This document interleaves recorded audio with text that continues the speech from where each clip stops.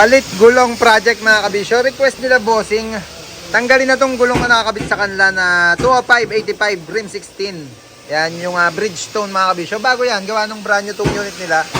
Gusto lang nila medyo lumaki at pinadagdagan na rin kasi nila molye yan, tigit-tigisa paikot. Sinuportahan yung segunda. Bali doon sa tercera tayo naglagay ng suporta. Ito mga kabisyo.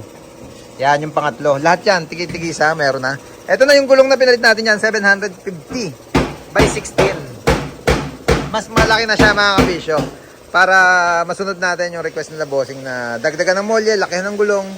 At syempre, bago ipulo to, papakita namin sa inyo kung ano-ano yung mga naging project pa dito sa unit nila. Yan lang muna, yung palit gulong project mga kabisyo.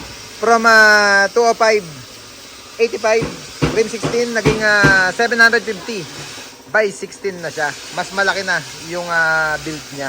Kaya kahit kargahan nila mga kabisyo ng medyo mabigat-bigat na load, carry ng molye at ng gulong. Yan